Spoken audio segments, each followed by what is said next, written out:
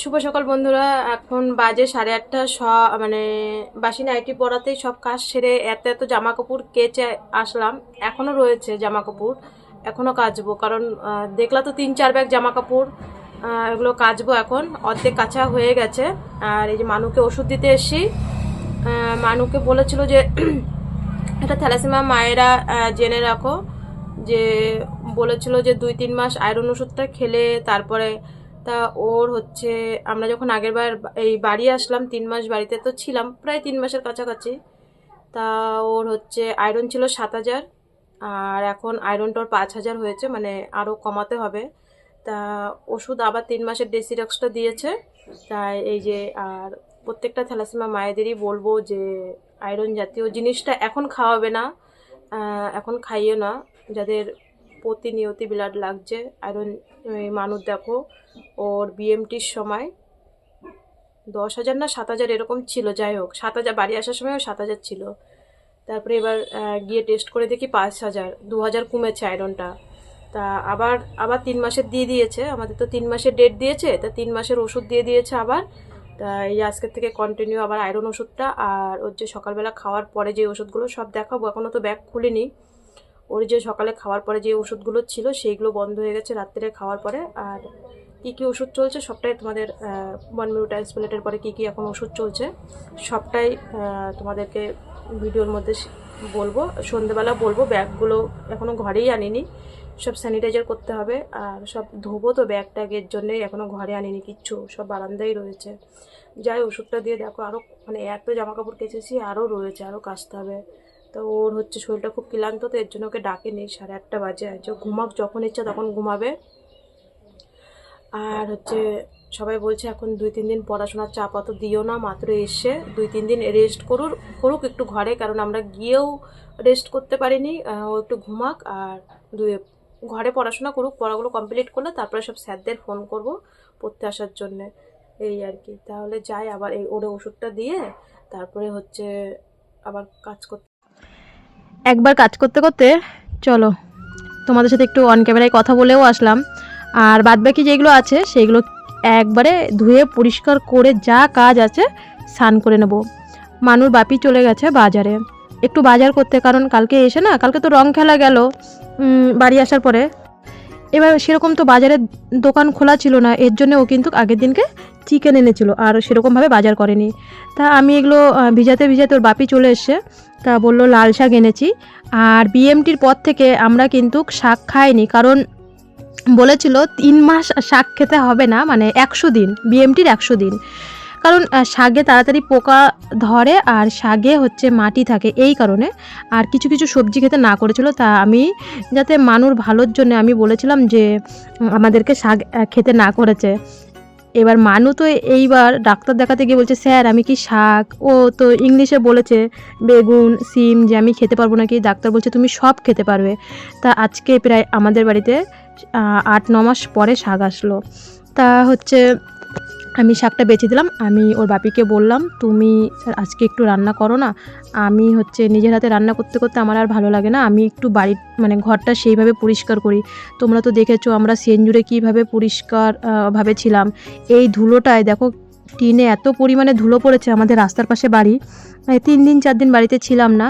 তা আমি পুরো বালতিতে জল নিয়ে এসে টিনগুলো একদম ভিজা ন্যাকড়া দিয়ে মুছে নিয়েছি। দেখি কি নোংরা বেরোচ্ছে, কারণ এই ধুলোগুলো যদি আমি না মুছি ওর ফ্যানে ওর নাকে যাবে, ইনফেকশন হতে পারে। কারণ বিএমটি পেশেন্টদের একটাই প্রচুর পরিমাণে যত্ন, ইনফেকশন যাতে না হয়। তাছাড়াও নিজের ঘর দরও পরিষ্কার রাখাটা এটা আমাদের ঠিক। তাই এদিকে আমি পুরো ঘর পরিষ্কার করে, ফ্যান যদিও নোংরা ছিল না, মুছে বিছানা গুছিয়ে টিন মিন দরজা যা ছিল সব পরিষ্কার করে এসে, আর যে বাদবাকি জামা কাপড় কটা আছে ও কটা কাচবো। আর ব্যাগগুলো ছিল, রিমির বাপি বলছিল যে, আমি বলছি থুয়ে দিই, ওইগুলো কালকে ধোবো। তা পরে দেখি ওর বাপি যখন দুপুরবেলা স্নান করেছে তখন ব্যাগগুলো পর্যন্ত ধুয়ে দিয়েছে, মানে আজকে একদম পুরো পরিষ্কার। তাই এইদিকে ওর বাপি শাক আর ভাত রান্না করলো। মানু, ওর বাপি আর ওর দাদু, ওরা 3 জন খেয়ে নিয়েছে। আমি বললাম তোরা খা, আমি একবারে স্নান করে খাবো। আমি হচ্ছে একটু চা খেয়েছিলাম আর একটা মেরি বিস্কুট খেয়েছিলাম। তা যাই হোক, দেখো সকালবেলা এইগুলো আগে কেচে দিয়েছিলাম, আর এই যে এখন এইগুলো পরে কাচ্ছি। কেচে বাসন মেজে তারপরে আমি স্নান করবো। বন্ধুরা এখন 12টা বাজে, তা দেখো মাত্র স্নান করে এসে 1 মিনিট হয়েছে, তাও ঘেমে পুরো ঘরে থাকতেই পারছি না, এত গরম। তাই বললাম তুমি একটু ওইদিকে রান্নার ওই দিকটা দেখো, আমি পুরো ভালো করে একদম ঘর দুয়ার পুরো পরিষ্কার করে, এখনো সুকেশগুলো ধরিনি, বলে না কোথায় যাওয়ার আগে এত কাজ, এসে আবার পরিষ্কার করতে হয়, মানে কাজ করে আমি পেরে উঠছি না। আর এই দেখো মানুষ সব ওষুধ একদম স্যানিটাইজার করে উপর দিয়ে পরিষ্কার ন্যাকড়া দিয়ে আগে মুছে তারপরে যে ঘরে এনেছি, শুধু ব্যাগগুলো ধুলেই একটা বিছানার চাদর বাকি, আর 4টে ব্যাগ, যত ব্যাগ ছিল সব ওই পাশে রেখে দিয়েছি, ওগুলো কালকে সকালে ধোবো, ওইগুলো ধুইনি। আর এই যে বলছিলাম না, পুরো 16,000 টাকার ওষুধ দিয়েছে, এই যে ডেসিরক্সটা দিয়ে দিয়েছে বেশি করে। এইগুলো তো জানো এক একটা কোটোর দাম 2,000-2,200 টাকা করে এক একটা কোটোর দাম। তা এই যে ওষুধগুলো, ডেসিরক্সটা আমি ছোট থেকে ওকে কিনেই খাওয়াই। আর হচ্ছে এই দেখো ওর গায়ে মাখার এক একটা ক্রিম, মানে এত টাকার ওষুধ কেন লাগে, এই এক একটা ক্রিমের দাম 700 কত টাকা, 786 টাকা এক একটা ক্রিমের দাম। কটা ক্রিম দিয়েছে, 3টে ক্রিম দিয়েছে, এক একটা দামই হচ্ছে 786 টাকা। হ্যাঁ 786 টাকা করে এক একটা ক্রিমের দাম। এটার হচ্ছে শ্যাম্পু কিনতে গেলে ও বলছিল মা একটা শ্যাম্পু কিনে দেবে। জানো এই ক্রিমটা আমি অনেক ভালো বাচ্চাদের দেখেছি মানে মাখাতে। তোমরা যে যারা আমার ভিডিও দেখো থ্যালাসেমিয়া, তারা এই ক্রিমটা তোমাদের বাচ্চাদের মাখাতে পারো। আমি এই ক্রিমটা অভিভায়ও মাখে, মানে এই কোম্পানি এক, ওরটা হচ্ছে লিকুইড, যেমন আমাদের নিভিয়া সফটের যে নীল কালারের বোতলগুলো যে মানুকে ফটোতে পাঠিয়েছিল অভিভাই, ওটাই মাখে, কিন্তু কোম্পানি এক। আর যে আমার যারা ভিডিও দেখো থ্যালাসেমিয়া বাচ্চারা, তোমরা এই ক্রিমটা মাখতে পারো, যাদের দরকার বলবো, আমি হোয়াটসঅ্যাপে ফটো পাঠিয়ে দেবো। এই ক্রিমটা হচ্ছে আমি অনেক ভিডিওতে দেখেছি, অনেক ভালো সুস্থ বাচ্চাদের বা বড়রাও মাখে এই ক্রিমটা। আমি মানুকে সিএমসির থেকে কিনে এই ক্রিমটাই মাখাই ওকে, বিএমটির পরের থেকে এই 6 মাস ধরে, আগে মাখাইনি, কিন্তু আমি অনেকের ভিডিওতে দেখেছি এই ক্রিমটা মাখায়। তা তোমরা যদি যারা থ্যালাসেমিয়া বাচ্চা, তাদের তো জানো শরীরটা কেমন কুচকানো হয়ে যায়, কারণ ওরা হচ্ছে লোকের রক্ত দিয়ে ওরা বেঁচে থাকে, ওদের স্কিনটা আমাদের স্কিনের মতন এরকম প্লেন সফট হয় না। তাই তাদের উদ্দেশ্যে বলছি, তোমরাও কিন্তু এই ক্রিমটা মাখাতে পারো। হয়তো একটু দাম বেশি, জানি সবার পক্ষে এই ক্রিমটা কিনা সম্ভব না, তবু যদি একটু চেষ্টা করো এই ক্রিমটা এখন থেকে মাখাতে পারো, যে না বিএমটির সময় তো অবশ্যই দেবে। তোমরা যদি পারো, তোমাদের আমি বলছি আর কি, যদি পারো তাহলে তোমরা মাখানোর চেষ্টা করো, অন্তত শীতকালটা। এখন তো দেখো কথা বলছি ঘেমে ঝোল হয়ে গেছি। আর এইগুলো হচ্ছে মাসের ওষুধ। তারপরে ওর যে বুকের চ্যানেল ছিল, যে সেই চ্যানেলের ওষুধও এখনো খেতে হচ্ছে, শুধু দুপুরবেলা, সকালবেলা আর রাতের বেলা শুধু ফলবাইটটা চলছে, আর সব ওষুধ মোটামুটি বন্ধ করে দিয়েছে। যাই হোক 10-11 হাজার টাকার কম দিয়েছে ওষুধ, মানে বুঝতে পারছো 11,000 টাকা, আগের বার 27,000, এবার 16,000 টাকার ওষুধ, 16,100 কয় টাকা। আর এইসব ঘরে এনেছি। হ্যাঁ এটা হচ্ছে ওর বুকের চ্যানেলের জন্য ওষুধ। এই যে দেখো এই ওষুধটার প্রচুর দাম, এই যে সকালে একটা খায় রাতে একটা খায়, এক একটার দাম হচ্ছে 68 টাকা করে। এই ওষুধটাই বনমেরুর কাজ করে, এই ওষুধটাই হচ্ছে মেন। তাহলে চলো এগুলো সব এখন গুছাই, ঘর দুয়ারগুলো ভালো করে গুছাই, এক জায়গায় যাওয়ার আগে গুছাও, আসার আগে আবার গুছাও, মানে আর ভাল লাগছে না, আর ঘরে তো থাকতেই পারছি না 1 মিনিটও। তোমাদের সাথে কথা বলে দেখো এসি স্নান করে মোটামুটি সেকেন্ডে একদম পুরো ঘেমে ঝোল হয়ে গেছি। তা দেখো 2টো হাঁড়ি কেন দেখছো বলো তো, সকালবেলার একটা ঠান্ডা ভাত ছিল, ওটা মানুর বাপি আর আমি খাবো, আর মানুকে আর ওর দাদুকে গরম ভাত দেবো।